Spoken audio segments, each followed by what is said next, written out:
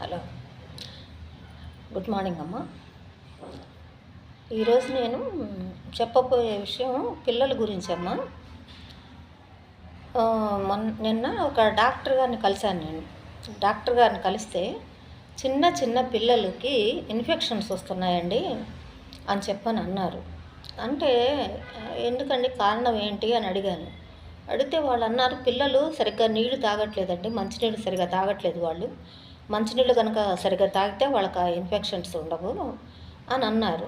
అంటే సరే అని చెప్పని పిల్లల్ని కనుక్కుంటే పిల్లలు చెప్పడం ఏంటంటే, స్కూళ్ళల్లో బాత్రూమ్స్ సరిగా లేవు, మేము చాలా ఇబ్బంది పడుతున్నాము అని చెప్పని అంటున్నారు. స్కూల్స్ చేర్పించేటప్పుడమ్మా, మీరు స్కూళ్ళల్లో పిల్లల్ని చేర్పించుకునేటప్పుడు ఎండాకాలంలోనే అలాంటివన్నీ చూసుకోవాలి. బాత్రూమ్స్ సరిగా ఉన్నాయా లేదా, పిల్లలకి వాళ్ళు స్కూళ్ళకి వచ్చినప్పుడు వాళ్ళకి సరిగా వాటర్ ప్రొవైడ్ చేయటము, మంచినీళ్ళు ఇవ్వటము, కనీసం వాళ్ళకి సరైన గాలి వెలుతురు ఉండే ప్లేసుల్లో వాళ్ళకి చదువు చెప్పడము, లేకపోతే వాళ్ళకు సరైన బాత్రూమ్స్ ఇవ్వటం, అది మీ ధర్మం కదా.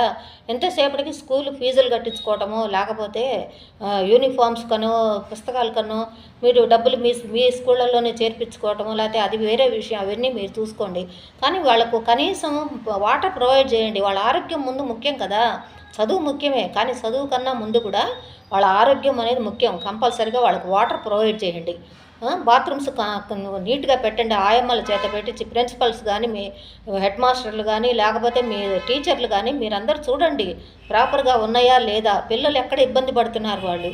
అంతేగాని వాళ్ళు చదువును చూసుకుంటారా, లేకపోతే వాళ్ళ ఆరోగ్యాలు చూసుకుంటారా, తల్లిదండ్రులు ఎన్నని చూసుకుంటారమ్మా. ఇట్లా హాస్పిటల్కి పోయాలంటే ఎన్నని పోస్తారు. అదే మీరు ప్రాపర్గా చూసుకున్నారనుకోండి, పిల్లలు ఇంట్లో నీళ్ళు తాగుతారు. మొన్న ఎండాకాలం వరకు అంటే మేము చూసుకున్నాం, ఇళ్లల్లో పెట్టుకొని చూసుకున్నాం పిల్లల్ని, చక్కగా వెళ్ళేవాళ్ళు. ఇప్పుడు వాళ్ళు బాత్రూమ్కి వెళ్లకుండా ఇంటికి వచ్చిన తర్వాత వెళ్తున్నారు. పొద్దున వెళ్ళిన పిల్లలు సాయంత్రం వరకు వాళ్ళు ఆపుకుంటున్నారంటే వాళ్ళ ఆరోగ్యాలు ఏమైపోతాయి చెప్పండి.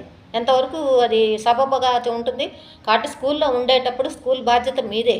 కాబట్టి స్కూల్లో ఉండే పిల్లలకి చక్కగా వాళ్ళకు ప్రొవైడ్ చేయండి. మంచి వాతావరణం ఇవ్వండి, అలాగే మంచినీళ్ళు ఇవ్వండి. చక్కగా వాళ్ళు బాత్రూమ్స్ నీట్గా పెట్టండి. లైజాలో లేకపోతే ఫినాయిల్లో చల్లటము చేసి అలాగే నీట్గా పెట్టండి పిల్లలకి. అర్థమైందా? చిన్న పిల్లలు వాళ్ళు చెప్పుకోలేరు. ఒకప్పుడు డిఈఓలని ఉండేవాళ్ళు, వాళ్ళు వచ్చి చూస్తుండే, వాళ్ళు అబ్జర్వ్ చేస్తుండే, వాళ్ళ పిల్లలు చదువుతున్నారా లేదా, స్కూల్ వాతావరణం ఎలా ఉందని చూసేవాళ్ళు. ఇప్పుడు దాన్ని పట్టించుకునే అధికారులు ఎవరో మనకు తెలియదు. కాబట్టి స్కూల్ వాళ్ళే జాగ్రత్త పడండి. ఇదేంటంటే దానికి ఎడ్యుకేషన్కి సంబంధించిన వాళ్ళు ఎవరన్నా చూస్తే కనుక కొంచెం గమనించుకొని పిల్లలు కొంచెం ఈ కష్ట నష్టాలన్నీ కొంచెం చూడండి మీరు. అది నేను చెప్పేది. ఎందుకంటే పిల్లల చదువు ఒక్కటే ముఖ్యం కాదమ్మా, ఆరోగ్యం కూడా ముఖ్యం. ఆరోగ్యం ఉంటేనే వాళ్ళకు ర్యాంకులు కానీ ఏమైనా రావాలన్నా వస్తాయి.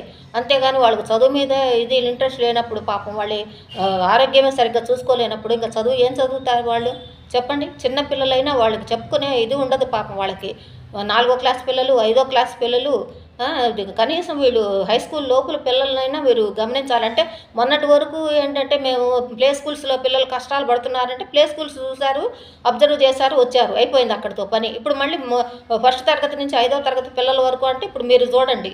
మళ్ళీ రేపు హై స్కూల్ వాళ్ళ కష్టాలు చెప్తాం, అప్పుడు మీరు చూడండి. అంటే మీరు చెప్తుంటే మీరు చూస్తుంటారు అన్నమాట. అంతేగాని మీరు ప్రాపర్గా వెళ్ళి వాళ్ళని అబ్జర్వ్ చేసి పిల్లల కష్ట నష్టాలు మీరు పట్టించుకోరు అన్నమాట. అది ఎంతవరకు న్యాయం చెప్పండి, కొంచెం గమనించండి. ప్రభుత్వంలో ఉండేవాళ్ళు ఓట్ల గురించి ఆలోచించడం కాదు, పిల్లల ఆరోగ్యాల గురించి ఆలోచించడం, వాళ్ళ కనీస అవసరాలు తీర్చండి. వాళ్ళకి ఓట్లు లేవని వాళ్ళని పట్టించుకోకపోతే ఎలాగ మీరు అసలు? పిల్లల్ని కూడా గమనించండి, రేపటి పౌరులు వాళ్ళే కదా. కాబట్టి గమనించి వాళ్ళకి కావాల్సినవన్నీ ప్రొవైడ్ చేయండి. ఉంటానండి.